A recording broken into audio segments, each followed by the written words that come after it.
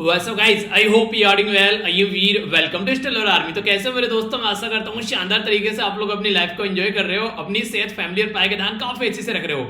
बड़ी शानदार और बहुत प्यारी बात बोली गई है। और आज का जो मेरा दिन रहा पूरा, उससे तो ये बहुत ज्यादा प्रेरित है। बात की क्या की जा रही है कि happiness is not the absence of problems, it is the ability to deal with them. यानी कि अगर आप लोग बोलते हैं कि मुझे खुश रहना है, तो इसका मतलब ये नहीं कि आप लोगों की जिंदगी में कोई प्रॉब्लम नहीं हो तभी आप लोग खुश रहेंगे। इसका मतलब ये है कि आप लोगों की जिंदगी में जो भी प्रॉब्लम आ रही है, जो भी दिक्कत आ रही है, आप लोग उनका सोल्यूशन निकाल सकते हैं और आगे बढ़ सकते हैं। ये है एक तरीके की खुशी, यानी कि ये होती है रियलिटी में खुशी। वरना अगर आप लोग ये बोलेंगे जिंदगी में प्रॉब्लम ही नहीं है, तो इसका मतलब आप लोग जिंदगी में प्रोग्रेस ही नहीं करना चाहते। अगर प्रोग्रेस नहीं करना चाहेंगे तो आगे बढ़ोगे कैसे? तो जिंदगी में अगर प्रॉब्लम आ रही है तो आप लोगों को एक प्रोग्रेस पाथ पर लेकर जाएगी, तो उनको डील करने का कला आना चाहिए, आप लोगों को उनको डील करने का तरीका आना चाहिए। और जब आप लोग उनसे डील करते हो तो आप लोगों को और अच्छा लगता है और फिर आप लोगों को और खुशी महसूस होती है। तो इसको कहते हैं खुशी। तो रियलिटी में सॉल्यूशन ढूंढो, अपने माइंड को सॉल्यूशन ओरिएंटेड रखो, ना कि अपनी जिंदगी को उस तरीके से रख के बैठ जाना है कि यार ये जिंदगी में क्या हो रहा है, ये मेरे साथ ही क्यों हो रहा है। ठीक है, तो ये चीजें थोड़ी सी है जो लाइफ में इंप्लीमेंट करो। एक छोटी सी इंपॉर्टेंट इन्फॉर्मेशन जो हालांकि आप लोगों को पता ही है अब तो, देखिए जो ये स्टडी लवर वीर चैनल है, इसके ऊपर मैं अभी भी वीडियो ट्राई कर रहा हूं। तो जो बड़ी वीडियो है वो तो अपलोड नहीं हो पा रही है, पर छोटी वीडियो अपलोड हो गई यहां पर। ठीक है, तो ये वीडियो मैं बना तो रहा हूं, पर लेकिन मुझे ये नहीं पता ये कौन से चैनल पर अपलोड होगी। मैं पहले ट्राई करूंगा स्टडी लवर वीर वाले पर, क्योंकि फिर कई सारे बच्चे जो हैं वो मेल करते हैं तो उसकी वजह से दिक्कत रहती है। हालांकि मैंने नोटिफिकेशन वीडियो डाल दी। अभी यहाँ पर चक्कर ये चल रहा है कि एक छोटी सी वीडियो मैंने अपलोड की थी लगभग 3-3.5 मिनट की, वो पब्लिक होगी। पर लेकिन उसके अलावा मैंने ये द हिंदू की वीडियो फिर से अपलोड करने की कोशिश की, ये फिर पब्लिक नहीं हो रही है, प्रोसेसिंग दिखा रहा है। इंटरेस्टिंग चीज मुझे ये लग रही है कि ये 95% ही क्यों दिखा रहा है, इसको 0 दिखा दे यार, कम से कम इंसान को तसल्ली तो रहे कि हाँ ये बिल्कुल भी काम नहीं कर रहे हैं। 95% लेकर छोड़ देता है, उसमें लगता है कि हाँ बस होने ही वाला है, यहां पर जाकर अटका देता है। और फिर ये मॉर्निंग में तो वीडियो जो है लगभग 7 से 8 घंटे तक पेंडिंग पड़ी रही। फिर मुझे लगा अब इसको डिलीट कर देना चाहिए, फिर से ट्राई करूं, फिर से ट्राई की, फिर एक बार दूसरी वीडियो फिर से ट्राई की, तो कोई भी वीडियो अपलोड नहीं हो रही है। ना तो नई रिकॉर्ड कर रहा हूं वो अपलोड हो रही है, ना पुरानी अपलोड हो रही है, जो लेंथी वीडियो हो जा रही है। तो छोटी वीडियो यहां पर अपलोड हो पा रही है। अब छोटी कितनी अपलोड हो पा रही है ये साइज तो मैं चेक कर नहीं पाऊंगा, क्योंकि अभी 4 मिनट की लगभग 3-3.5-4 मिनट की वीडियो अपलोड की थी तो वो हो गई थी। ये नॉर्मली जो वीडियो रहती है 40 से 50 मिनट की रहती है, तो ये अपलोड नहीं हुई। तो अभी इसके बारे में कुछ अंदाजा नहीं है। और जो मैं पूछ रहा हूं यहाँ पर गूगल सपोर्ट टीम से, तो वो भी कुछ मुझे अभी यहाँ पर इसका सॉल्यूशन बता नहीं रहे। बोला था कि मेल कर बताएंगे, अपनी इंटरनल टीम को भेजेंगे, तो अभी उनका भी कुछ रिप्लाई नहीं आया। दूसरी बात यह, उन्होंने साफ साफ बोल दिया कि चैनल तो बिल्कुल दुरुस्त लग रहा है, चैनल के अंदर कोई दिक्कत नहीं लग रही है। तो इसका मतलब यह है कि जिंदगी में प्रॉब्लम आती रहती है, पर लेकिन सोल्यूशन अगर पता चले तो थोड़ी शांति रहती है। मुझे अभी ये समझ में नहीं आ रहा है कि ये चक्कर क्या है और क्या चीजें हैं, मतलब अभी मुझे क्या, अभी गूगल को ही समझ में नहीं आ रहा है। उनसे जब मैंने कॉन्टैक्ट किया तो मुझे उन्होंने रिप्लाई जो दिया वो मैं आप लोगों को दिखा रहा हूं यहां पर। तो इसका सबसे सीधा सीधा सॉल्यूशन ये है कि देखिए, इस पे मैं नॉर्मली वीडियो अपलोड करता हूं, जो स्टडी लवर वीर चैनल है। जब तक हमारा जो स्कूटर ढंग से काम नहीं कर रहा है तब तक इस स्टेपनी को यूज कर लेते हैं। ठीक है, तो यहां पर मैंने आप लोगों के लिए वीडियो अपलोड कर दी है, मॉर्निंग वाली हिंदू की भी। जैसे ये ठीक हो जाएगा यहां पर आप लोगों को वीडियो मिल जाएंगे, टेंशन मत लीजिएगा। तब तक आप लोग इसको यूज कर लीजिए, क्योंकि जो पढ़ाई है, जो स्टडी है, वो नहीं रुकनी चाहिए, वो कंटिन्यू रहनी चाहिए। पूरे दिन में कई बार ट्राई किया, कई बार बात की गूगल टीम से, इवन मैंने YouTube से भी बात की। ठीक है, गूगल जो है ना वो YouTube का ही पार्ट है। ठीक है, तो वहां से कांटेक्ट जब हम लोग करते हैं तो YouTube से बात होती है, गूगल से बात होती है, और YouTube से भी तुमको मैनेजर मिला बेसिकली, उनसे भी बात होती है। तो बेसिकली फंडा आप लोग ये बोल सकते हैं कि एक तरीके से मैंने हर जगह पांव मार लिया अपने, पर लेकिन अभी इसका सॉल्यूशन नहीं लग रहा है मुझे। मॉर्निंग में तो छोटी वीडियो भी अपलोड नहीं हुई थी, वो मैंने इस चैनल पर अपलोड कर दी। फिर अब कम से कम छोटी तो अपलोड हो रही है, तो हो सकता है सुबह तक या फिर जब भी होगा मैं ट्राई करता रहूंगा। तो मैं आप लोगों को वीडियो जब भी होगा नोटिफिकेशन में टेलीग्राम पर शेयर कर दूंगा। जैसे मैंने अब भी शेयर किया था कि मैं ट्राई कर रहा हूं ये वाली वीडियो, तो अपलोड नहीं हो रही है, जाकर फिर रुक जा रही है। ठीक है, पेंडिंग दिखा रहा है, 95% से आगे ही नहीं बढ़ पा रही है। 0% रहता तो तसल्ली रहती है, 95% लाकर होने की वो कहते हैं कि हाथ तो लगी पर मुंह, क्या कहते हैं, हाथ तो आई पर मुंह न लगी, कुछ ऐसा कुछ है नहीं डायलॉग। तो ऐसा लगता है कि बस होने ही वाला है, होने ही वाला है। सुबह से होने के चक्कर में 3-4 घंटे बर्बाद हो गए। इवन इंटरेस्टिंग चीज बताऊं, आज मैं नहाया भी नहीं हूं अभी। हम नहाकर सोऊंगा। इसी के साथ में मैं एक्सरसाइज भी अपनी नहीं कर पाया कंप्लीट, उसको भी देखूंगा, क्योंकि नॉर्मली जो है पूरा टाइम इसी में लग गया उनसे बात करने के चक्कर में, और फिर रिप्लाई और पता नहीं क्या क्या। कभी कह रहे हैं कि ये अटैच करके भेजो, कभी वो, वही सब चलता रहा है पूरे दिन। मतलब कहने का ये है कि पूरा दिन जो है वो प्रोडक्टिव नहीं था, पर हाँ सिखाने वाला काफी था, काफी सारी चीजें नई सीखने को मिली कि अगर कोई आगे फ्यूचर में दिक्कत आती है तो हाँ इस तरीके से इन जगह आप लोग कॉन्टैक्ट कर सकते हो, ठीक है, इस तरीके से सपोर्ट मिल सकती है। और भी कई सारे जो यूट्यूबर दोस्त हैं उनसे बातें हुई, कईयों से उनसे बातें हुई, तो उनसे कई सारी बातें पता चली। तो देखिए जिंदगी में जैसे मैंने बोला ना, अभी आप लोगों के सामने अगर जैसे दिक्कत आ गई तो आप लोग को बहुत सारी चीजों का पता चल गया। वरना चल रही थी जिंदगी मजे में, मैंने कह रही वरना चल रही है कि मजे में झूमते झूमते, पर लेकिन अब झूमते झूमते रुकी थोड़ा तो उसमें समझ में आ गया कि अच्छा ये भी चीजें हैं, अगर कुछ होता है तो ये हो सकता है, तो इंसान थोड़ा सा और सतर्क हो जाता है। तो इसलिए मैंने सबको यहाँ पर शेयर कर दिया, मैंने कहा वीडियो नहीं रुकनी चाहिए आप लोगों की, तो इसका पार्ट बन जाइए। अगर ये इसमें भी दिक्कत होने लगी तो फिर मैं उसके लिए फिर फेसबुक पर अपलोड कर दूंगा, टेंशन मत लो, आप लोगों की वीडियो नहीं रुकेगी। फेसबुक पर स्टडी लवर वीर के नाम से जो पेज नहीं है, जिसमें लगभग मुझे लग रहा है 6-6.5 लाख जो वहां पर आप लोग कनेक्ट हो रखे हैं, फॉलोअर हैं, तो वहां पर मैं अपलोड कर दूंगा।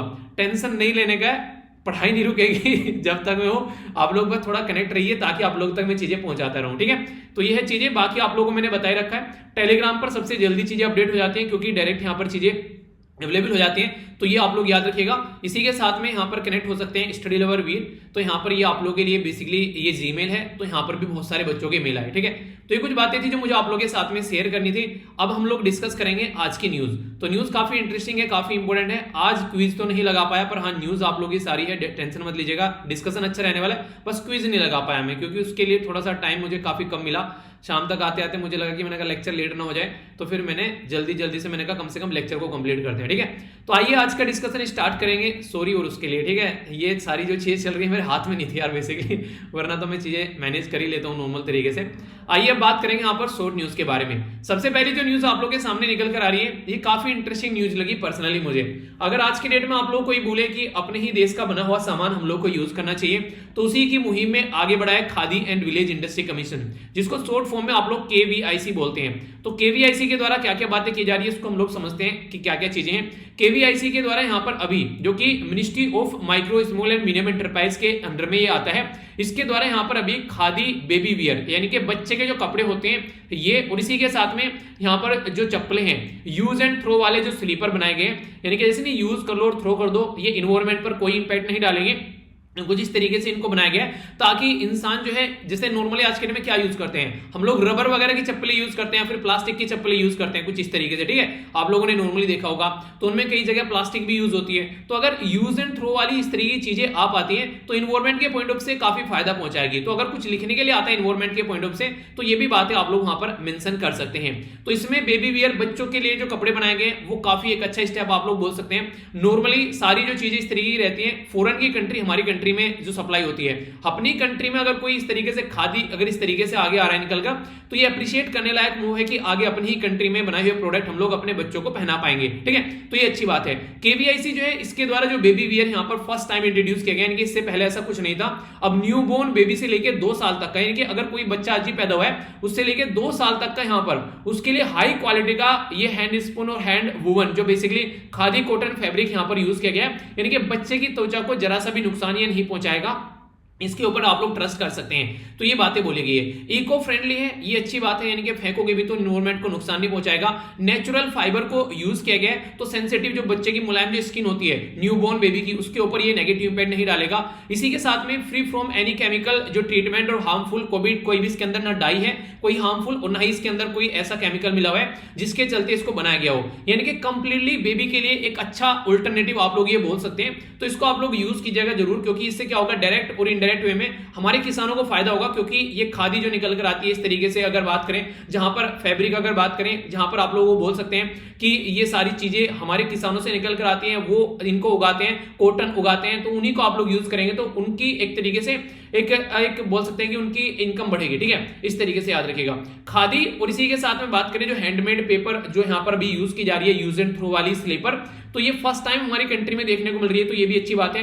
फर्स्ट टाइम जो इस तरीके से चीजें बनाई जा रही है तो 100% इको फ्रेंडली है और कॉस्ट इफेक्टिव भी है, यानी कि ऐसा नहीं कि बहुत महंगी है, कोई इस तरीके से बोले कि बहुत ज्यादा महंगा सामान हो गया, आप लोग यूज कहां पर कर सकते हैं आसानी से इनको? आप लोग कहीं छोटे डिस्टेंस पर ट्रेवल कर रहे हैं, फिर इंडोर यूज कर सकते हैं, घर पे पहनना, कहीं होटल में चले गए वहां पे पहन लीजिए, हॉस्पिटल के अंदर है, कहीं कहीं पूजा स्थान पर चले गए, मंदिर वगैरह, ठीक है, मंदिर मस्जिद वगैरह, हालांकि अंदर तो चप्पलें पहन के नहीं जाते हैं, पर हाँ आसपास वाले एरिया में अगर घूमना हो, ठीक है, लाइब्रेरी में या फिर कहीं लेबोरेटरी में जाकर बैठना हो, तो यहां पर भी आप लोग इनको यूज कर सकते हैं। तो ये जो चप्पल है ये यूज एंड थ्रो वाली है, बेसिकली अच्छा, पैरों के लिए भी अच्छा रहेगा, पैरों की जो स्किन है उसको भी नुकसान नहीं पहुंचाएगी। तो ये सारा जो एक्सपेरिमेंट यहां पर किया गया है, तो मुझे पर्सनली काफी अच्छा लगा। आप लोग की क्या रहे इसके बारे में आप लोग बताइएगा। ये खादी और विलेज इंडस्ट्री के द्वारा यहां पर चीजें डेवलप की गई हैं, तो इससे क्या होगा, हमारी कंट्री में हम लोग आत्मनिर्भर बनेंगे, बाहर से चीजें खरीद कर लाते हैं, उनके ऊपर डिपेंडेंसी कम रहेगी। केवीआईसी हमारी कंट्री में 1957 में बेसिकली ये बनाया था। इससे पहले यहां पर 1956 में ये all India khadi and village industry board हुआ करता था, फिर आगे चलकर कमीशन में कन्वर्ट कर दिया इसको और khadi and village industry commission बोलने लगे। इसका मेन हेडक्वार्टर आप लोगों को देखने को मिलेगा मुंबई के अंदर में, बाकी दिल्ली, भोपाल, बेंगलुरु, कोलकाता और गुवाहाटी के अंदर भी है, और मुंबई के अंदर भी इसका जोनल ऑफिस भी है, ठीक है।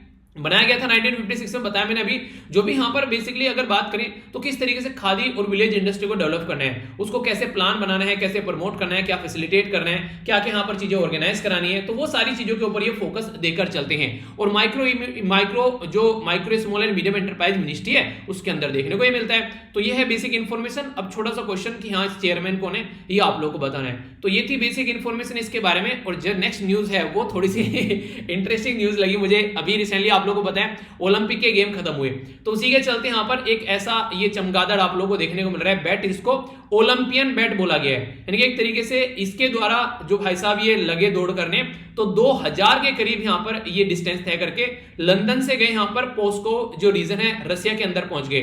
अगर मैं आप लोगों को मैप में दिखाऊं तो आप लोग सरप्राइज होंगे कि कहां से उड़कर कहां पहुंचा ये। तो यहां पर लंदन से चला ये पर्सन मतलब ये जिनावर और पहुंच गया कहां पर, तो रसिया के अंदर यहां पर पहुंच गया, पूरी 2000 जो किलोमीटर की डिस्टेंस तय करके। तो आप लोग सोचेगा कि एक तरीके से इतनी लंबी डिस्टेंस की जा रही है एक पर्टिकुलर एक प्राणी के द्वारा, तो इसलिए यहां पर इसका नाम ओलंपियन बैट रख दिया। देखिए रीजन क्या हो गया, बेसिकली आज की डेट में कई सारी चीजें, जैसे कि आज के डेट में से इन्वायरमेंट चेंज हो रहा है, ठीक है, तो कई सारे ऐसे हैं कि अपना जो इनको जैसे कि अपना जो बच्चे पैदा करने होते हैं, अंडे देने होते हैं, वो सारा तो एरिया इनको अलग टेम्परेचर चाहिए, नॉर्मल जिंदगी जीने के लिए अलग टेम्परेचर चाहिए, तो ये भी कई बार रीजन आप लोगों को देखने को मिलते हैं। तो ओलंपियन बैट जो है यहाँ पर ये अभी यहाँ पर जो क्लाइमेट साइंटिस्ट है उनके द्वारा देखा गया, ये रिकॉर्ड किया गया कि लगभग 2000 किलोमीटर की डिस्टेंस तय कर ये यूके से रसिया पहुंचा। तो इसका जो नाम, और हाँ फीमेल है यहाँ पर ये, ठीक है, तो इसलिए यहाँ पर और सतर्क हो गए क्योंकि फीमेल नॉर्मल जैसे कि बच्चे पैदा करने के लिए तो इस तरीके से वहां पर पहुंचे। तो इसका जो नाम है यहाँ पर ये है नाथुसिस पिपिस्टेल, ठीक है, तो नाथुसिस पिपिस्टेल यहाँ पर ये बैट है। तो ये एक तरीके से जो भी आप लोगों को देखने को मिल रहा है, तो लंदन जू रिंग के अंदर बेसिकली इसको मार्क किया गया था पहले, अब यहां पर देखने को मिल रहा है। नाथुसिस जो यहां पर ये पिपिस्टेल है, यहां पर ये एक स्पीसीज है जो कि लेस देन 10 ग्राम, यानी कि बहुत छोटा है अगर देखा जाए तो, अंडेनुमा आकृति का आप लोग बोल सकते हैं, छोटा सा, जो माइग्रेट के यहां पर नॉर्मली बोला गया ना कि ब्रीडिंग के लिए, ठीक है, तो समर ब्रीडिंग ग्राउंड है, तो नॉर्थन यूरोप के अंदर तो वार्मर एरिया में यहां पर पहुंच रहे हैं, ठीक है, तो इसके चलते आप लोग बोल सकते हैं। इसके बाद में हाइबरनेट भी हो जाते हैं, उन्हें जब ज्यादा मौसम ऐसा रहता है नहीं उसका सहन करने लायक है तो फिर छिप जाए अंदर, ठीक है, ऐसे भी चीजें देखने को मिलती है। तो ये काफी लंबी डिस्टेंस चल के गया, तो इसी के नाम पर इसका नाम क्या रख दिया, इसका नाम रख दिया ओलंपियन बैट, ठीक है। तो ये एक इंटरेस्टिंग न्यूज मुझे पर्सनली लगी जिसके बारे में आप लोग आइडिया रख सकते हैं। इस तरीके के क्वेश्चन मतलब डायरेक्टली तो नहीं, पर हाँ कई बार वनडे टाइप एग्जाम में आप लोगों से पूछे जाते हैं इस तरीके के क्वेश्चन, खासकर अगर इस तरीके का कोई डिफरेंट होता है। और ओलंपिक हुए अभी तो क्वेश्चन भी आप लोगों से बन सकते हैं, तो इसलिए कंफ्यूज नहीं होना है, ठीक है, तो इसलिए आप लोगों को आइडिया होना चाहिए थोड़ा सा। वैसे तो ये न्यूज कवर कर चुके हैं, पर कुछ बैकग्राउंड इन्फॉर्मेशन मैं आप लोगों को बताऊंगा, शायद वो आप लोगों को नहीं पता हो, अगर पता भी होगी तो आप लोगों का रिवीजन हो जाएगा। अच्छा कितनों को पता है, आज के दिन में अगर बात करें, हम लोग बोलते हैं यहाँ पर पैंथालोन, तो पैंथालोन जो है बेसिकली पुराने टाइम में ओलंपिक को पैंथालोन या एंशिएंट जो ओलंपिक गेम होते थे उनको पैंथालोन बोलते थे। कितने जो फैमिली मेंबर है, सिली फैमिली मेंबर इसको जानते थे आप लोग बताइए, पता था? मुझे नहीं पता था, जब मैंने न्यूज पढ़ी तब मुझे आइडिया हुआ इसके बारे में। तो नीरज चोपड़ा को भी गोल्ड मिला, तो फर्स्ट गोल्ड है टोक्यो ओलंपिक के अंदर हमारा ये जैवलिन थ्रो में आप लोगों को देखने को मिला। जैवलिन थ्रो कैसा गेम है अगर आप लोगों से कोई पूछे तो ये ट्रैक एंड फील्ड की कैटेगरी में आता है, ठीक है, तो भागकर उसको फेंकना होता है, तो ट्रैक और फील्ड दोनों कैटेगरी यहाँ पर इसके अंदर इंक्लूड हो जाती है। और इंडिया के द्वारा यहाँ पर इस पर्टिकुलर कैटेगरी में पहली बार गोल्ड यहाँ पर जीता गया है। इससे पहले हमारे पास में एक और गोल्ड था, वो था अभिनव बिंद्रा का, जो कि शूटिंग में आप लोगों को देखने को मिला। बीजिंग ओलंपिक के अंदर में। अभी हमारे पास में दूसरा गोल्ड अभी आप लोगों को यहां पर देखने को मिल रहा है इस पर्टिकुलर अगर तरीके से आप लोग देखते हैं। तो अगर बात करें तो फर्स्ट एवर जो जेवलिन थ्रोअर है हमारी कंट्री में, अगर बात करें इनके द्वारा कॉमनवेल्थ गेम और एशियन जो गेम थे उसमें भी इनके द्वारा गोल्ड जीता गया था। तो ट्रैक एंड फील्ड इवेंट में यहां पर जो जेवलिन थ्रो है ये आप लोगों को देखने को मिलेगा। पुराने टाइम से ही यहां पर बेसिकली खेला जाता है एंशिएंट ओलंपिक गेम, जिनको पैथालोन बेसिकली बोला गया था। यहां पर पैटा आप लोग इसको यहां पर पैथालोन भी आप लोग बोल सकते हैं। तो ये 708 बीसी में बेसिकली आप लोग को देखने को मिलता था, और मैन और वुमेन दोनों के लिए ये गेम है, ऐसा नहीं कि बस यहां पर बेसिकली मेल के लिए। ठीक है, इंटरेस्टिंग चीज यहां पर ये अगर आप लोगों से कोई पूछे कि कब इसको ओलंपिक में ऐड किया गया था, तो याद रखना सबसे पहले यहां पर इसको ओलंपिक में ऐड किया गया था 1908 में। पहले इसको मैन के लिए यानी कि एक तरीके से मेल कैटेगरी के लिए, फिर 1932 में यहां पर फीमेल कैटेगरी के लिए भी इसको ओलंपिक में ऐड कर दिया गया था। ठीक है, तो ये बेसिक इंफॉर्मेशन इसके बारे में। और अभी क्रिकेट को भी बात की जा रही है, क्रिकेट के लिए भी मुहिम चलाई जा रही है कि ओलंपिक का पार्ट बन जाए। तो ये हमारे लिए खुशखबरी आप लोग बोल सकते हैं। आगे चलकर जैसे हॉकी में हमारे गोल्ड आया करते थे, तो अगर क्रिकेट पार्ट बन जाता है तो हमारे क्रिकेट में गोल्ड आया करेंगे। ठीक है, कई सारी चीजें अभी जो ओलंपिक का पार्ट नहीं है बेसिकली। अभी आप लोगों को पता होगा जो गोल्फ है वो भी रिसेंटली 2016 में ही ओलंपिक का पार्ट बनी थी, इससे पहले गोल्फ भी नहीं था।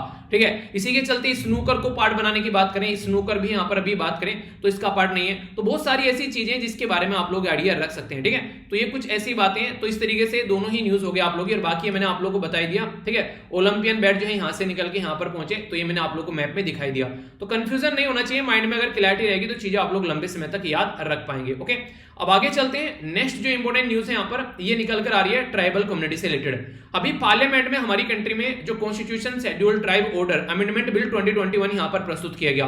तो जो बिल था ये basically constitution scheduled tribe order ये 1950 में आप लोगों को यहां पर देखने को मिला बेसिकली, जो उसमें चेंज किया गया, यानी कि ऑर्डर था हमारी कंट्री में, अब इसमें चेंज किया गया यहां पर। तो इसके चलते यहां पर इंपावर किया गया प्रेसिडेंट को कि अगर कोई स्पेसिफिक शेड्यूल्ड ट्राइब है अलग अलग स्टेट यूनियन टेरिटरी के अंदर में, तो उनको किस तरीके से लिस्ट को मॉडिफाई कर सकते हैं। जैसे कि अभी कई सारी जो शेड्यूल्ड ट्राइब है उनको मॉडिफाई किया गया, तो बिल के द्वारा यहां पर रिमूव किया गया Abor tribe from the list, जो कि आइडेंटिफाई की जाती थी शेड्यूल ट्राइब अरुणाचल प्रदेश के अंदर में। इसी के तरीके से कई सारी और ट्राइबल कम्युनिटी है इनको रिप्लेस किया गया। ठीक है, इसके बारे में एक आर्टिकल में मैं आप लोगों से कुछ ऐसे देखिए यहां पर अभी ये चीजें आ रही हैं, तो इसके बारे में कई बार आप लोगों से क्वेश्चन भी पूछ ले जाते हैं। ठीक है, तो इसके बारे में आप लोग आइडिया रखेगा। जैसे कि आप लोगों से बात करूं तो 5th और 6th शेड्यूल जब आते हैं संविधान के अंदर में, तो नॉर्मली ट्राइबल कम्युनिटी के बारे में ही हम लोग बात करते हैं। नॉर्मल एरिया में तो हम लोग 73rd कॉन्स्टिट्यूशन अमेंडमेंट करके पंचायती राज सिस्टम इंप्लीमेंट कर चुके हैं, पर लेकिन ट्राइबल कम्युनिटी वाले एरिया में हम लोग थोड़ा सा सहज तरीके से चीजों को इंप्लीमेंट करते हैं, क्योंकि उनका रहने सहने खाने पीने और उनकी कल्चर का तरीका बिल्कुल अलग है, वो हमारे साथ में मिलता जुलता नहीं है। तो इसलिए हमको उनको नेचुरली छोड़ देते हैं हम लोग, ताकि वो अपनी जिंदगी को अपने हिसाब से व्यतीत कर सके। तो इसी के चलते यहां पर अभी बात की जा रही है,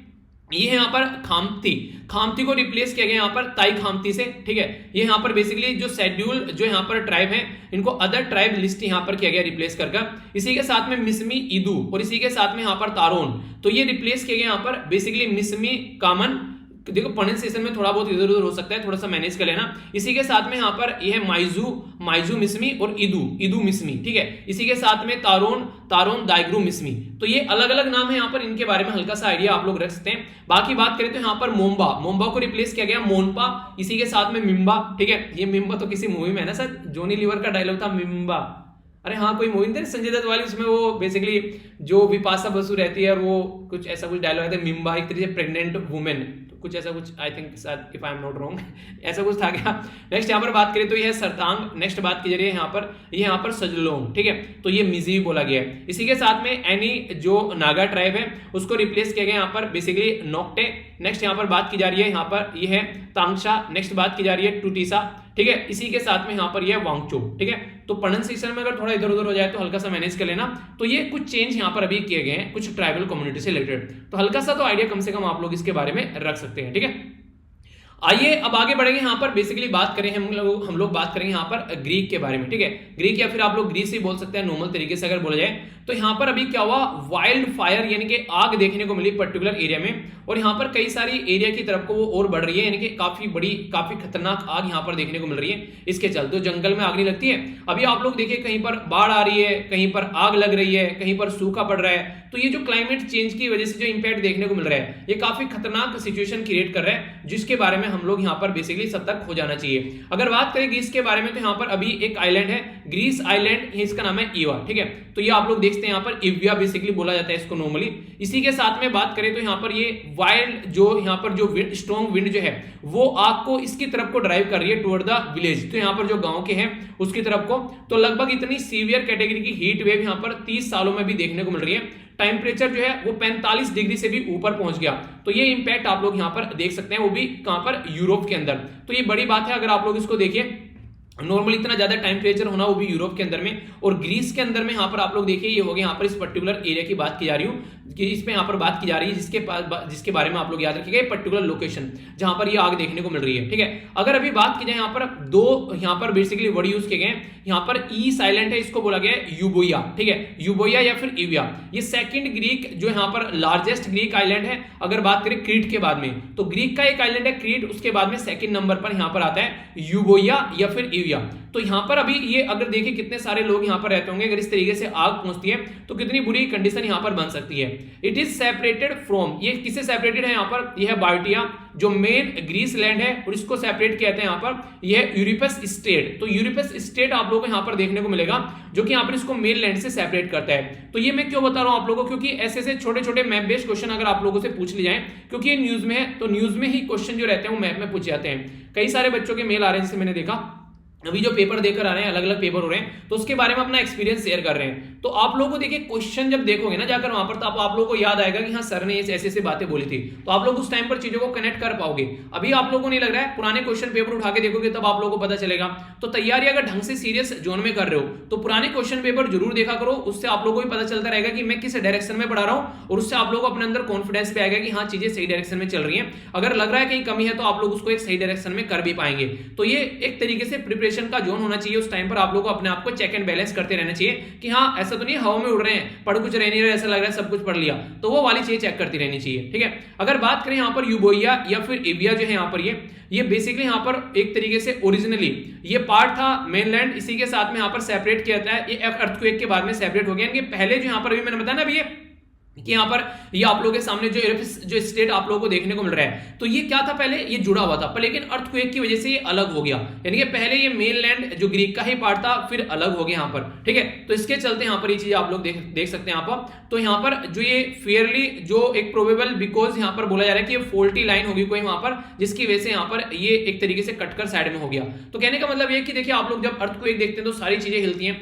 जैसे आप लोगों ने पेंजिया के बारे में सुना होगा पुराने टाइम पर, ऐसे नहीं बोला था कि जैसे अगर बात करूं, एक बार मैप आप लोगों को दिखाऊं, इंडिया जो हुआ करता था कहीं यहां पर जुड़ा हुआ करता था, ठीक है, ऑस्ट्रेलिया भी कहीं यहीं पर ही जुड़ा हुआ करते थे, फिर यहां पर खिसक खिसक कर इंडिया यहां पहुंच गया और ऑस्ट्रेलिया यहां पहुंच गया, ठीक है। तो ये इस तरीके से आप लोग देखते हैं। कहने का मतलब ये कि जो प्लेट टेक्टोनिक्स थ्योरी आप लोगों ने ज्योग्राफी में पढ़ी होगी, तो वो आप लोगों को ये सारी चीजें समझाती है कैसे कैसे चीजें जो है वो डिस्प्लेस होती रहती हैं। तो ये उसी तरीके से आप लोग देख सकते हैं। तो फिलहाल जो है ये अलग हुआ, तो ज्योग्राफी का एक तरीके से लोकेशन भी होगी, क्वेश्चन भी होगी आप लोगों से। तो इसके बारे में अगर क्वेश्चन बन जाए तो ये मत बोलना क्वेश्चन कहां से आ गया, ठीक है। तो भाई साहब यहां से आ गया, ध्यान से सुना करिए ऐसी चीजें, डायरेक्ट क्वेश्चन कई बार बन जाते हैं, और रिवीजन करते रहिए अगर लंबे समय तक चीजों को याद रखना है तो, ठीक है।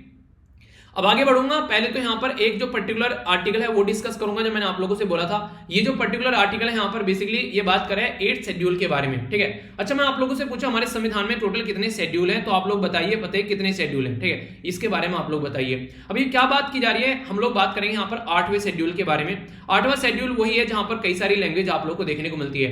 तो यूनियन मिनिस्टर ऑफ एजुकेशन के द्वारा इन्फॉर्म किया गया लोकसभा में, अभी वेरियस तरीके गवर्नमेंट के द्वारा स्टेप उठाए गए हैं कि 8वां जो शेड्यूल है तो इसको यहाँ पर प्रमोट किया जाए। तो इसके अंदर आप लोगों को देखने को मिलेगा ऑफिशियल लैंग्वेज भी है, रिपब्लिक ऑफ इंडिया से रिलेटेड यानी कि हमारे देश से रिलेटेड, और पार्ट जो आप लोगों को यहाँ पर 17 इंडियन कॉन्स्टिट्यूशन के अंदर डील करता है, ये है बेसिकली आर्टिकल 343 से लेकर 351 तक। ये ऐसे क्वेश्चन डायरेक्ट आप लोगों को स्टेट पीसीएस के एग्जाम में पूछे जाते हैं, अगर आप लोगों ने पुराने क्वेश्चन पेपर उठा के देखे होंगे, ठीक है। देखेगा ये सारी चीजें आप लोगों से डायरेक्ट पूछी जाती हैं कि कौन से पार्ट में है, नॉर्मली इस तरीके के क्वेश्चन भी, ठीक है। अगर बात करें तो 8वां शेड्यूल जो है यहाँ पर आर्टिकल 344 जो है ये प्रोवाइड कराता है कि एक तरीके से कमीशन बाय प्रेसिडेंट यहाँ पर 5 ईयर, तो किसके चलते कि यहाँ पर एक तरीके से बोला गया कि आप लोगों को कहीं ना कहीं कमीशन इस तरीके से लेकर चलना है ताकि आने वाले 5 ईयर में हमारी कंट्री से रिलेटेड जब यहाँ पर चीजें कॉन्स्टिट्यूशन बनाया गया कि लैंग्वेज को सपोर्ट करना है। यानी कि आज के दिन में आप लोगों ने देखा होगा पुराने टाइम पर भी बोलता है कि हिंदी को देश के अंदर सपोर्ट करो, ठीक है। तो इस तरीके से हिंदी को सपोर्ट करने की क्यों बात की गई थी, क्योंकि आज की डेट में अगर बात करें चाइना में चाइनीज लैंग्वेज सपोर्ट करते हैं, जापान में जापानीज, जर्मन में जर्मनी, साउथ कोरिया में कोरियन लैंग्वेज।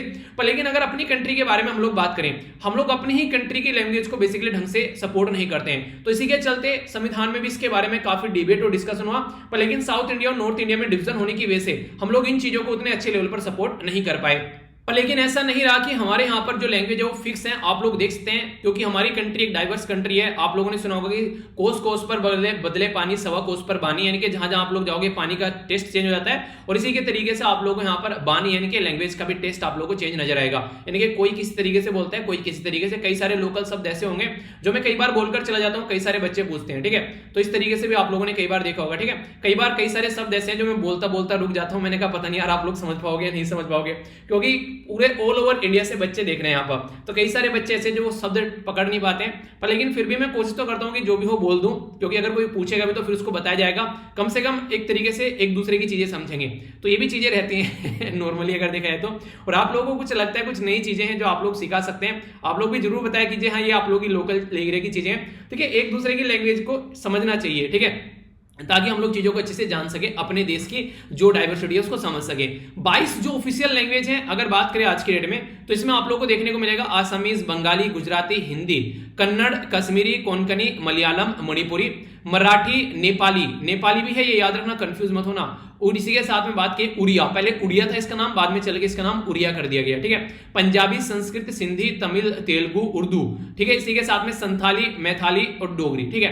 तो ये टोटल 22 लैंग्वेज आप लोगों को देखने को मिलेगी। क्या स्टार्टिंग से ही 22 लैंग्वेज थी? नहीं भाई साहब, स्टार्टिंग से 22 लैंग्वेज नहीं थी यहाँ पर। स्टार्टिंग में 14 यानी कि 14 लैंग्वेज थी, उसके बाद में अलग अलग टाइम पे चेंज कर दी गई। सिंधी लैंग्वेज ऐड की गई, 21st कॉन्स्टिट्यूशन अमेंडमेंट किया गया, कब? 1967 में। ये जो आगे पोर्शन में आप लोगों को बताऊंगा ना, इसके ऊपर पुराने क्वेश्चन पेपर देखोगे उठाकर तो कई बार क्वेश्चन पूछे जा चुके हैं, तो थोड़ा सा ध्यान से सुनिएगा, ठीक है। तो सिंधी जो है वो ऐड की गई 21st कॉन्स्टिट्यूशन अमेंडमेंट के द्वारा 1967 में, ठीक है। कोंकणी, मणिपुरी और नेपाली जो थी, नेपाली खासकर याद रख लेना यहाँ पर, ये बेसिकली ऐड की गई थी 71 कॉन्स्टिट्यूशन अमेंडमेंट 1992 में, ठीक है। तो ये याद रखना। इसी के साथ में बोडो, डोगरी, मैथिली और संथाली, ये 92nd कॉन्स्टिट्यूशन अमेंडमेंट किया गया 2003 में। तो टोटल मिलाकर 14 लैंग्वेज, तो टोटल 14 लैंग्वेज में आप लोगों की आज के डेट में देखने को मिले 22, तो 8 लैंग्वेज ऐड कर दी गई। तो 8 लैंग्वेज ऐड कर दी गई 8वें शेड्यूल में, तो टोटल मिलाकर 22 लैंग्वेज होगी। तो 8वां शेड्यूल है, 8 लैंग्वेज ऐड की गई नहीं, तो इस पहले 14 लैंग्वेज थी। तो इस तरीके से आप लोगों के माइंड में कोई कंफ्यूजन नहीं होना चाहिए, आखिर क्यों चाहते हैं कि यहाँ पर ये लैंग्वेज जो है इसमें ऐड हो जाए, उसका क्या फायदा रहता है। तो देखिए, तो सबसे बड़ी बात है उनको रिकॉग्नाइज किया जाता है, ठीक है। आप लोगों को देखने को मिलता है यूपीएससी का जब एग्जाम देते हैं तो आप लोग को ऑप्शन देता है चूज करने के लिए, तो वो भी फायदा देखने को मिलता है। एक तरीके से लैंग्वेज जो है उसका अस्तित्व बना रहता है, खत्म होने के चांसेस उसके खत्म हो जाते हैं, ऐसा बोल सकते हैं। आर्टिकल 351 जो है वो बेसिकली हिंदी लैंग्वेज को डेवलप करने की बात की गई थी कि हम लोग इसको सपोर्ट करेंगे, ठीक है, अपनी कल्चर के साथ में। जैसे हर एक देश की एक लैंग्वेज है तो हमारे देश की हिंदी होनी चाहिए, पर लेकिन ज्यादा डाइवर्स कंट्री होने की वजह से वो क्राइटेरिया हम लोग कहीं भी एक तरह फिक्स क्राइटेरिया लैंग्वेज हम लोग फुलफिल नहीं कर पाए 8th शेड्यूल के अंदर, इसलिए दुनिया भर की लैंग्वेज आप लोग को देखने को मिल जाएंगी। ये तो हो गई बेसिकली ये ऑफिशियल लैंग्वेज। एक है क्लासिकल लैंग्वेज, तो आप लोग इनमें कंफ्यूज मत होना। ऑफिशियल लैंग्वेज तो है कितनी? 22, क्लासिकल लैंग्वेज कितनी है? 6। तो ये मैं आप लोगों को बताना चाह रहा बेसिकली, क्योंकि अगर आप लोगों के माइंड में कंफ्यूजन में आप लोग आ गए तो कई बार क्वेश्चन, देखिए एग्जामिनर ना आप लोगों को सेलेक्ट करने के लिए नहीं बैठा, वहां पर रिजेक्ट करने के लिए बैठा है। वो ये ढूंढेगा कहां पर आप लोग कंफ्यूजन में डाला जा सकता है, ठीक है। तो यहां पर ऑफिशियल लैंग्वेज के बारे में बात कर रहे थे, अब क्लासिकल लैंग्वेज के बारे में बात करेंगे। अगर सबसे पहले पूछे किस लैंग्वेज को क्लासिकल लैंग्वेज डिक्लेयर किया गया, तो 2004 में तमिलियन लैंग्वेज को, तमिल लैंग्वेज है उसको क्लासिकल लैंग्वेज डिक्लेयर किया गया। फिर अगले ही साल यहां पर आप लोगों के सामने आ गई संस्कृत, अगले ही साल कन्नड़, फिर तेलुगु, फिर मलयालम, फिर उड़िया।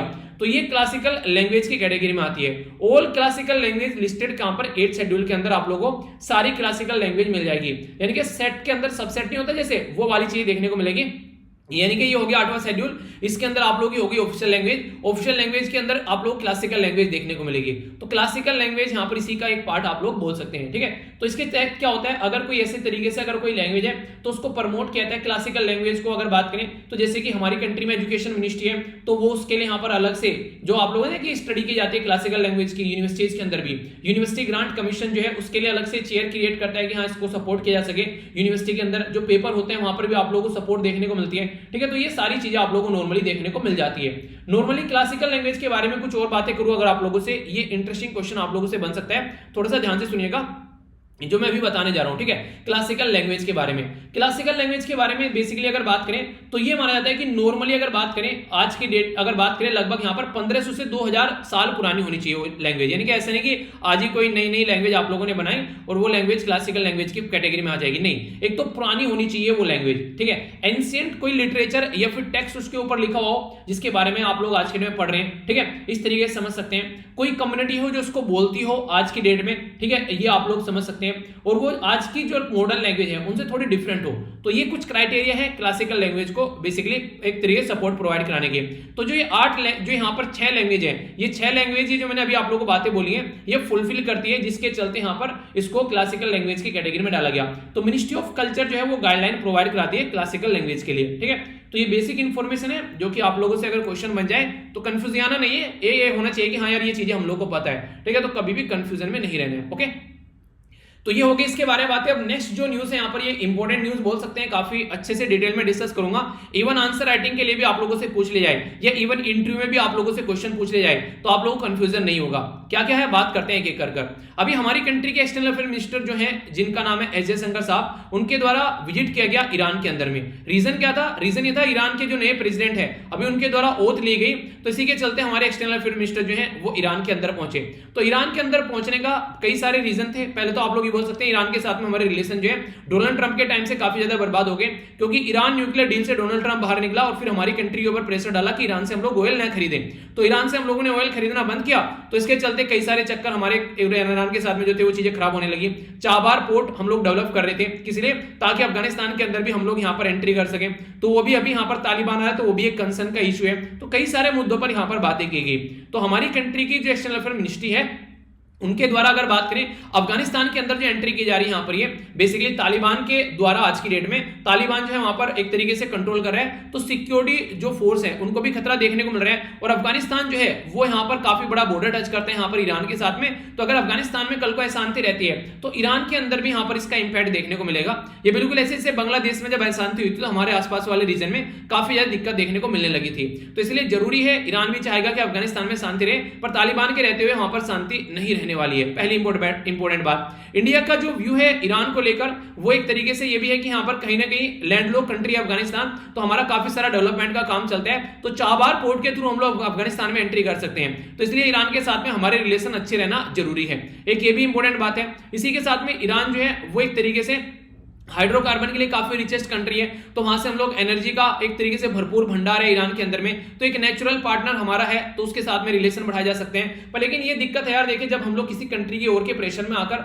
अपने नेचुरल पार्टनर को ऐसे छोड़ देते हैं तो उससे फिर दिक्कत रहने लगती है। तो इसलिए कई बार क्रिटिसाइज भी किया जाता है। इसलिए ईरान ने भी क्या किया था पिछले कुछ टाइम में, ईरान भी यहाँ पर जाकर बैठ गया चाइना की गोद में। तो उसका रीजन था क्योंकि कोई सपोर्ट ही नहीं कर रहा है। चाइना एक ऐसी कंट्री बन गया, देख कई बार ना आप लोग की जो एक तरीके से होशियारी है ना वो नहीं कहते कि एक तरीके से बेवकूफी का रीजन बन जाती है। अभी यूएसए के द्वारा जो हरकतें की गई हैं पिछले कुछ टाइम में, उसकी वजह से आजकल में सबसे बड़ी दिक्कत ये क्रिएट हो गई है कि जो ईरान है वो चाइना की गोद में जाकर बैठ चुका है। ठीक है, चाइना ने काफी ह्यूज इन्वेस्टमेंट कर दिया आने वाले टाइम में ईरान के अंदर में। अभी यहाँ पर ये लग रहा है कि एक नया एंगल आप लोगों को देखने को मिलेगा, जिसमें एक साइड में रसिया हो गया, चाइना हो गया, ईरान हो गया और पाकिस्तान हो गया। ठीक है, तो ऐसा भी एक ग्रुप आप लोगों के लिए बन सकता है। और जैसे यूएस से बाहर निकला है तो इसमें आगे चलकर अफगानिस्तान भी जुड़ सकता है। तो ये काफी खतरनाक तरीके का एक ग्रुप यहाँ पर बन सकता है, जिसके चलते कई बार आशंका भी जताई जा रही है। ठीक है, तो ये कुछ बेसिक इंफॉर्मेशन है इसके बारे में। आगे कुछ और इंपॉर्टेंट बातें, रीजन क्या है अगर बात करें ईरान और इंडिया के बीच में जो रस्साकसी चल रही थी। सबसे पहले तो यहां पर था हम लोगों ने ऑयल इंपोर्ट करना बंद कर दिया ईरान से जब यूएसए ने सैंक्शन लगाए। तो ये एक सबसे बड़ा रीजन है, किसी और की लड़ाई में, किसी और के झगड़े में हम लोग अपने रिलेशन खराब कर रहे थे। Slow progress Chabahar port, Chabahar port हमारी कंट्री का देख क्या काम होता है। हमारी कंट्री के पास में ज्यादा रिसोर्सेज तो है नहीं,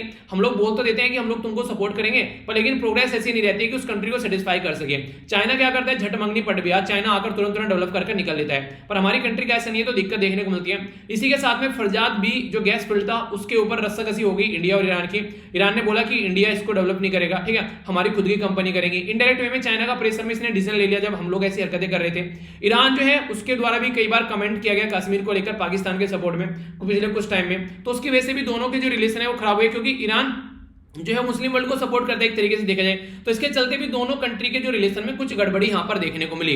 पर लेकिन अभी जो 2 विजिट लगातार अभी यहां पर निकल कर आई हमारी कंट्री के एक्सटर्नल अफेयर मिनिस्टर की साइड से, तो ये काफी बड़ा रीजन है। एक तो सबसे बड़ा रीजन ये है कि एक हम लोग पहले ईरान के साथ में अच्छे रिलेशन बनाए, यूएस से बाहर निकल रहे हैं तो तालिबान वहां पर आ रहा है, तो दोनों का एक कंसर्न हो गया है। तो अभी जो तालिबान बढ़ रहा है वो ईरान के लिए भी चिंता का रीजन है और इंडिया के लिए भी चिंता का रीजन है, पहला इंपॉर्टेंट बात। दूसरा इंपॉर्टेंट बात यहां पर यह कि कॉमन इंटरेस्ट को ध्यान में रखते हुए इंडिया और ईरान जो है वो कोऑपरेट कर सकते हैं अफगानिस्तान के अंदर, तो ये काफी एक इंपॉर्टेंट है। पर लेकिन इसी के साथ में जो चैलेंज है इंडिया और जो ईरान है उसको यहां पर अभी एक्सक्लूड किया गया अफगानिस्तान पीस प्रोसीजर के चलते, ठीक है। तो यहां पर आप लोगों को देखने को मिलेगा ईरान पर कंटीन्यूअस अभी सैंक्शन भी लगाए गए, अभी यहां पर ग्रुप भी बनाए गए कि अफगानिस्तान में शांति बनाकर रखनी है। तो उस ग्रुप में अगर बात करें पाकिस्तान है, रसिया है, यूएसए है, चाइना है, पर इंडिया नहीं है। तो इस तरीके से आप लोग देखते हैं यानी कि रसिया, चाइना, पाकिस्तान और बाकी का जो अफगानिस्तान तो हो गई नॉर्मल सी बात है, इंडिया को इंक्लूड नहीं किया गया और ईरान को इंक्लूड नहीं किया गया। तो ये भी एक रीजन है कि दोनों मिलकर काम कर सकते हैं एक दूसरे के साथ में कि हाँ कैसे शांति बनाकर रखनी है, ठीक है। इसी के साथ में एक और इंपॉर्टेंट जो मुद्दा है जो यहां पर आप लोग याद रखिएगा, ये अभी हमारी कंट्री के द्वारा बोला गया था कि जो चाहबार पोर्ट है ईरान का उसको हम लोग नॉर्थ साउथ जो ट्रांसपोर्ट कॉरिडोर है उसमें इंक्लूड करेंगे। तो ये नॉर्थ साउथ ट्रांसपोर्ट कॉरिडोर जो है यहाँ पर ये पूरे यूरोप को कवर करता हुआ यहाँ पर आता है, इस तरीके से बेसिकली अफ्रीका कॉन्टिनेंट के साथ में होता हुआ। तो इंडिया के द्वारा इसको प्रपोज किया गया कि ऐसा कोई एक स्टैंडर्ड रूट हम लोग यहाँ पर बना सकते हैं जिसके चलते चाहबार पोर्ट को इसके अंदर इंक्लूड करने की बात की गई थी। तो दोनों मिलकर काम तो कर सकते हैं, पर लेकिन कितने अच्छे से उसको इंप्लीमेंट कर पा रहे हैं और दूसरी कंट्री इनको कितना सपोर्ट दे रही है वो भी चीजें हम लोग को यहाँ पर देखने को मिलेगी। तो ये बेसिक इंफॉर्मेशन होगी जो कि आप लोगों को पता होनी चाहिए, ठीक है, कोई कंफ्यूजन नहीं होना चाहिए। आगे बढ़ेंगे, नेक्स्ट जो इंपॉर्टेंट न्यूज आने वाली है यहाँ पर, ये भी एक इंटरेस्टिंग न्यूज है, थोड़ा सा ध्यान से सुनिएगा, कई सारे तरीके से क्वेश्चन आप लोगों से बन सकते हैं। तो इसमें हम लोग बात करेंगे यहाँ पर बेसिकली जम्मू एंड कश्मीर वाले रीजन के बारे में। आप लोगों को याद होगा भी अगस्त के महीने में हम लोग बैठे हैं और 5 अगस्त 2019 को जम्मू एंड कश्मीर को चेंज कर एक यूनियन टेरिटरी में कन्वर्ट कर दिया गया और पहली बार इंडिया की हिस्ट्री में ऐसा हुआ कि एक स्टेट को कन्वर्ट कर दिया गया एक यूटी के अंदर में, यानी कि यूनियन टेरिटरी के अंदर में। तो अभी यहाँ पर इसका एक एनालिसिस किया गया है forum for human right in JNK यानी कि FHRJK, इसके द्वारा एक एनालिसिस किया गया और एक रिपोर्ट प्रस्तुत की गई। उस रिपोर्ट के बेस पर ये आर्टिकल है कि जम्मू एंड कश्मीर के अंदर आज के डेट में क्या कंडीशन बनी हुई है। तो सबसे पहले तो बात करें यहाँ पर जो forum for human right in JNK जो यहाँ पर ये बेसिकली एक इंडिपेंडेंट बॉडी है, इसके अंदर कौन कौन है। तो सबसे पहले तो यहां पर आप लोगों को देखने को मिले फॉर्मर जो सुप्रीम कोर्ट जज जिनका नाम है मदन बी लाकुर, एक तो आप लोगों को ये देखने को मिलेंगे। दूसरे यहां पर फॉर्मर जो कश्मीर के इंटरलोकेटर थे, ठीक है, इंटरलोकेटर ये थे राधा कुमार। तो इन दोनों के द्वारा मिलकर यहां पर इंडिपेंडेंट तरीके से चीजों को चेयर किया गया और यहां पर चीजों को काउंट किया गया। तो रिपोर्ट में कई सारी बातें निकल कर आई कि जिस पर्टिकुलर पर्पज के लिए बोला गया था कि Jammu and Kashmir union territory बना देना चाहिए, स्टेट नहीं रहना चाहिए, वो था मिलिटेंसी, यानी कि वहां पर आज के में जो टेररिस्ट एक्टिविटी को कम करने की बात की गई थी। पर लेकिन ये बोल रहे हैं कि वो अभी भी एक चैलेंज बना हुआ है, उसमें कोई ज्यादा अभी अच्छा खासी प्रोग्रेस देखने को मिली नहीं है। बोला तो गया था कि हाँ ये कर देंगे, डेवलपमेंट कर देंगे जम्मू एंड कश्मीर के अंदर, पर लेकिन 2 साल का अगर ब्यूरो आप लोग उठाकर देखो तो कोई ऐसा खासा डेवलपमेंट वहां पर हुआ नहीं। पहली बात तो यहां पर इनके द्वारा ये बोली गई है। इसी के साथ में रिपोर्ट में कई सारे कंसर्न उठाए गए, ये काफी सोचने वाले मुद्दे हैं। एक तो ह्यूमन राइट का काफी ज्यादा वहां पर हनन हो रहा है, दूसरा डिटेन कर दिया जा रहा है लोगों को बिना किसी रीजन के, बस ये बोलकर कि सिक्योरिटी थ्रेट है। तीसरा वहां पर लोगों को इकट्ठा नहीं होने दिया जा रहा है, असेंबली यानी कि उनका फंडामेंटल राइट का भी हनन हो रहा है। चौथा यहाँ पर मीडिया जो लोकल मीडिया है उनके ऊपर भी सेंसर लगा रखे हैं, बेसिकली उनको भी काम ढंग से नहीं करने दिया जा रहा है। ये रिपोर्ट में बोला गया 4 पॉइंट, ठीक है। तो कहने का मतलब ये कि रिपोर्ट में ये बोला गया कि जिस तरीके से काम होना चाहिए था उस तरीके से काम नहीं हो रहा है। जो बात दी गई थी, जो दलीलें दी गई थी यहाँ पर जब जम्मू एंड कश्मीर के अंदर आर्टिकल 370 और आर्टिकल 35A को हटाया गया था या बोल सकते हैं चेंज किया गया था, तो उस टाइम पर यहाँ पर ये था कि यहाँ पर एक नॉर्मल सी लेकर आएंगे, लोगों के लिए जॉब ज्यादा क्रिएट होगी, अच्छा माहौल होगा, वहां पर डेवलपमेंट के काम होंगे। तो उस लेवल पर नहीं है, ऐसा नहीं है कि डेवलपमेंट के काम बिल्कुल ही नहीं किए, कई सारे पॉजिटिव ऑपरेशन उठाए गए हैं, पर लेकिन ये पॉजिटिव ऑपरेशन बहुत कम है। जैसा वहां पर माहौल है उसको ध्यान में रखते हुए अगर काम किया जाए नॉर्मली आप लोग ऐसा बोल सकते हैं कि एक पर्टिकुलर खेत है, ऐसा बिल्कुल पूरा खेत भरा हुआ है यहाँ पर, ये कोई ऐसा, ठीक है, और उस खेत में चारों तरफ घास जमी हुई है, तो उसमें आप लोग खेती नहीं कर सकते ढंग से, ठीक है, तो उल्टी सीधी घास जमी हुई है, तो आप लोगों ने बस इतनी सी घास उखाड़ दी यहाँ पर, अभी पूरा का पूरा खेत ऐसा कैसे ही खड़ा हुआ है, बोला तो आपने था कि पूरी घास साफ कर देंगे, तो अभी यहाँ पर वो दिख नहीं रहा है कि जो यहाँ पर स्टेप उठाए गए हैं वो उतने नहीं है जितने होने चाहिए थे यहाँ पर। और सबसे इंपॉर्टेंट बात जो यहाँ पर बोली गई रिपोर्ट में वो ये बोली गई कि गवर्नमेंट का ज्यादा फोकस है काउंटर इंसर्जेंसी पर, यानी कि आतंकवाद को खत्म करने पर ज्यादा पीछे पड़े हुए हैं। ये ऐसा नहीं कि पब्लिक के लिए कुछ काम कर रहे हैं, हेल्थ के बारे में या फिर एजुकेशन के बारे में, सिविलियन कम्युनिटी के लिए, ह्यूमन सिक्योरिटी के लिए कुछ कर रहे हैं, तो वो वाली चीजों पर ज्यादा फोकस नहीं है, जो कि एक सोचने वाला मुद्दा है। यानी कि जनता के ऊपर फोकस नहीं दिया जा रहा है, टेररिस्ट एक्टिविटी के ऊपर ज्यादा फोकस है, और जो टेररिस्ट एक्टिविटी के ऊपर फोकस है उसमें भी रिजल्ट निकल के नहीं आ रहा है कि बहुत अच्छी से चीजों को कंट्रोल किया जा रहा है। तो एक तरीके से बोल सकते हैं कि एक तरीके से यहाँ पर कहीं ना कहीं एक एनालिसिस अगर किया जाए तो नेगेटिव साइड दिखती हुई यहाँ पर नजर आ रही है आउटपुट की, जो यहाँ पर सोचा गया था। कई सारे स्टेप उठाए गए हैं, वैसे अगर आप लोग यहाँ पर इन स्टेप को अगर बोलना चाहें तो इन स्टेप के बारे में आप लोग मेंशन कर सकते हैं कि हाँ पॉजिटिव स्टेप कई सारे उठाए गए। जैसे कि यहाँ पर बात करें तो यहाँ पर न्यू सेंट्रल सेक्टर स्कीम चलाई गई इंडस्ट्रियल डेवलपमेंट के लिए जम्मू एंड कश्मीर के अंदर, ताकि लोगों को यहाँ पर इन्वेस्टमेंट करने का मौका मिल सके, ठीक है, इसी के चलते लोगों को टैक्स इंसेंटिव दिए जा सके अगर कोई वहां पर कोई डेवलपमेंट करना चाहते हैं, तो काम किया गया यहाँ पर इसके चलते।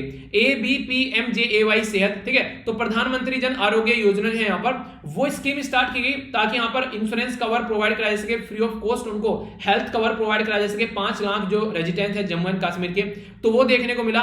सीज फायर एग्रीमेंट हुआ यहाँ पर इंडिया और पाकिस्तान के जो directorate general of military operation है उसके चलते एग्रीज हुए कि यहाँ पर इन्फिल्ट्रेशन को रोका जाएगा, हालांकि रिजल्ट नहीं देखने को मिल रहे हैं। जम्मू एंड कश्मीर में लोकल एरिया के इलेक्शन भी कंडक्ट कराने की बात की गई, तो कंडक्ट वो इलेक्शन में भी उसमें देखने को मिला आप लोगों को। सुप्रीम कोर्ट के द्वारा वर्डिक्ट भी दिया गया यहाँ पर इंटरनेट शटडाउन के चलते कि हाँ इंटरनेट को ओपन कर देना चाहिए, तो थोड़ी सी राहत उसके अंदर भी यहाँ पर दी गई, पहले तो बिल्कुल ही चीजें बंद पड़ी थी। Special package Jammu and Kashmir को दिया गया दीनदयाल अंत्योदय योजना के तहत यहाँ पर, और इसी के साथ में नेशनल लाइवलीहुड मिशन। तो कहने का मतलब है कि स्कीम तो चलाई जा रही है, काम किया जा रहा है, पर लेकिन जिस तरीके से एक्सपेक्ट किया जा रहा था कि हाँ जल्दी जल्दी से चीजें चेंज हो जाएगी, अच्छा रिजल्ट निकल कर आएगा, तो उस लेवल का रिजल्ट अभी देखने को नहीं मिल रहा है। अभी जो इंपॉर्टेंट बातें हैं वो ये है कि यहाँ पर इंडियन पीनल कोड जो है हमारी कंट्री में, जिसको भारतीय दंड संहिता बोलते हैं, उसका है सेक्शन 144। तो सेक्शन 144 जो है काफी लार्ज स्केल पर यूज किया जा रहा है, जो वहां के खासकर जो नौजवान युवक हैं उनको डिटेन करने में। देखिए वहां पर होता क्या है बेसिकली, नॉर्मली अगर देखें सारे जो भी यहाँ पर एक तरीके से जो चीजों को बताने वाले समझाने वाले जो राइटर हैं जो इस तरीके के ऊपर आर्टिकल लिखते हैं, वो ये बोलते हैं कि अगर किसी इंसान के पर्टिकुलर एरिया में जाकर आप लोगों को चीजें सुधारनी है तो सबसे पहले ट्रस्ट क्रिएट करो उनके माइंड में।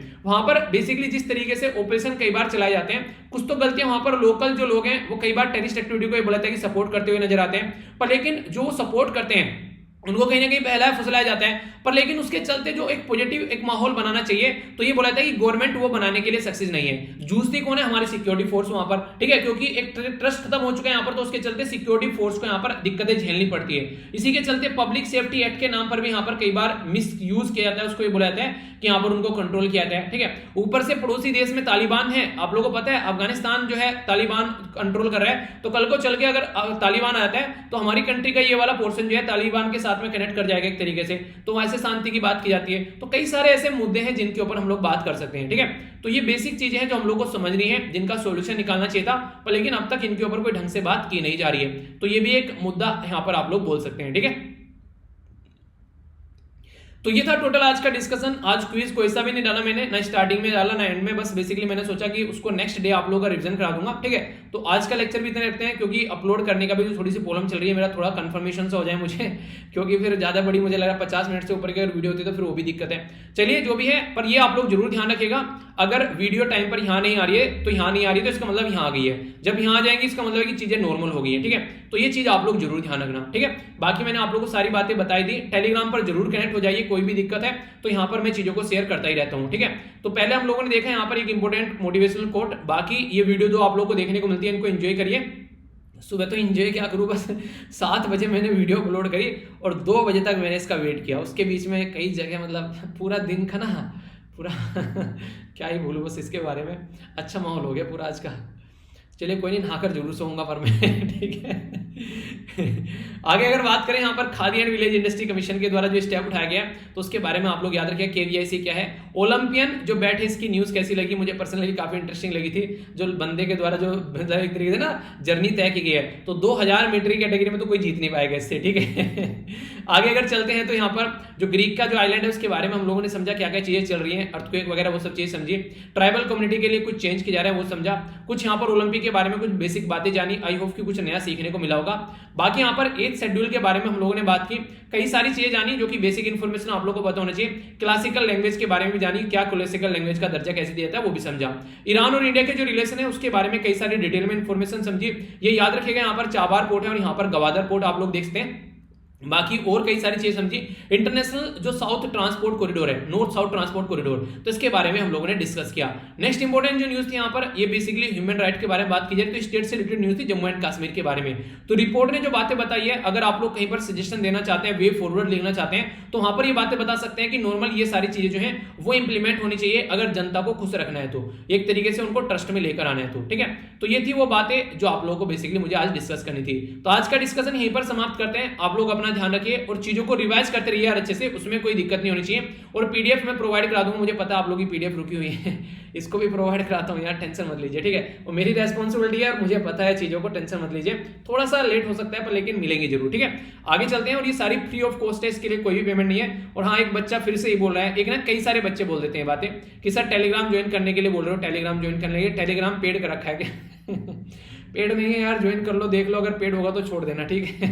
टेलीग्राम ज्वाइन कर लो, वहां पर चीजें मैं आराम से प्रोवाइड करा पाता हूँ डायरेक्ट और जल्दी से, क्योंकि सब चीजों के लिए वीडियो बनाना पॉसिबल नहीं है। तो आप लोग इसका पार्ट जरूर बन जाइए, ठीक है। तो आज के इस लेक्चर में इतने रखते हैं, बाकी यहाँ पर भी आप लोग मेरे साथ में कनेक्ट रह सकते हैं। और हाँ देखिए, जिस बच्चों को पता नहीं है कई बार चीजें क्या रहती है, आप लोग प्लीज शेयर कर दिया कीजिए। तो आप लोग फैमिली की तरीके से वर्क कीजिए, अगर चीजें लोगों तक पहुंचा दोगे तो कम से कम दिक्कत नहीं रहेगी। तो ये वही बातें हैं, बस आज के लिए इतने ही। बड़ों को नमस्ते, छोटों को प्यार, छोटी सी लाइफ में एंजॉय करा। मिलता हूँ नेक्स्ट लेक्चर में। और कितना आप लोग इसको रेट करेंगे वो जरूर बताइएगा, 10 में से कितने मार्क्स देंगे लेक्चर को। चाहो तो अपना काट लेना क्विज के, ठीक है। दंड मिलना चाहिए मुझे क्योंकि मैंने क्विज नहीं डाला। चलिए नेक्स्ट लेक्चर में मिलता हूँ, तब तक के लिए जय हिंद।